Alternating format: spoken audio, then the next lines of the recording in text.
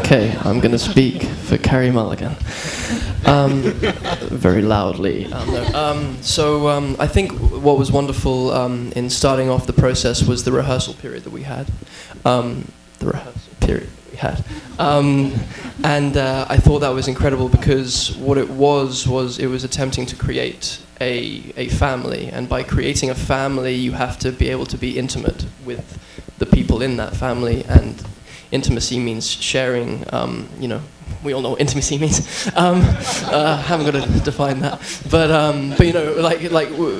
to get to the state where we can be silent in each other's company and not feel uncomfortable. That may be a nice microcosm of what it is. And we got to know each other very, very quickly. Myself, Carey, Kira, and the three younger actors who played the younger versions of Kathy, Ruth, and Tommy. So I think that was the kind of first very, very important step for all of us, because we had to feel like we had known each other since birth, which is a very difficult thing to achieve. And like the only way you do that is if you know everyone inside and out, and that's kind of an amazing thing to be given that opportunity to sit in a room with a bunch of strangers and be told to get to know each other so intimately and connect. And I think that was kind of the most brilliant jumping off point for me, and I can speak for you, I think, as well. Now you add to that. Oh, now, okay. And Kira Knightley and I don't know why I said Knightley. You all know Kira Knightley. I played a really small part in Pride and Prejudice. It was my first ever job ever, and she obviously played Elizabeth Bennet. And I think it's very nice.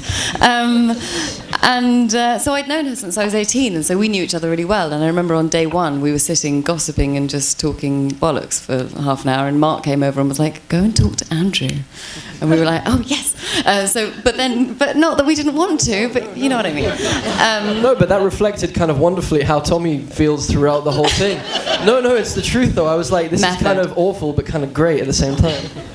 Anyway, we did all get on wonderfully, and it really was just the very short rehearsal time that we had, and and the amazing novel that we had to go back to every day. And I said this earlier today, that I don't think I've ever worked on anything where we haven't touched the script and there wasn't a single revision or a pink page or any kind of, there wasn't even a line that we changed, and nor did we want to, by the way. So we had a really solid foundation, and we all wanted to make the same film, and we were all desperate not to make a mistake, because, no one wants to mess it up.